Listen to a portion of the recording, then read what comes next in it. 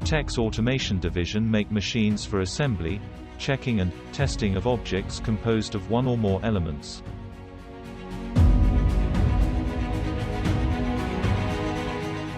The group operates in the following industrial sectors: automotive, home appliance manufacturing, electromechanical, molding, food sector, pharmaceutical, tissue.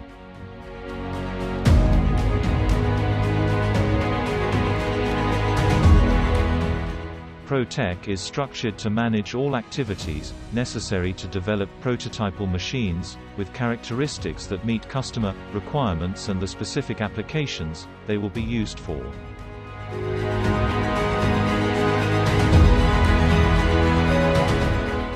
The experience of our professionals enable us to produce systems that can maximize the technical and economic performance that the machine needs.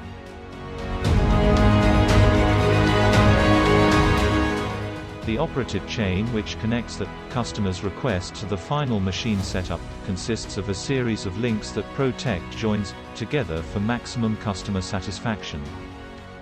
Protek Automation can supply automation lines complete with product conveyors or pallets, made by our ProFlex division.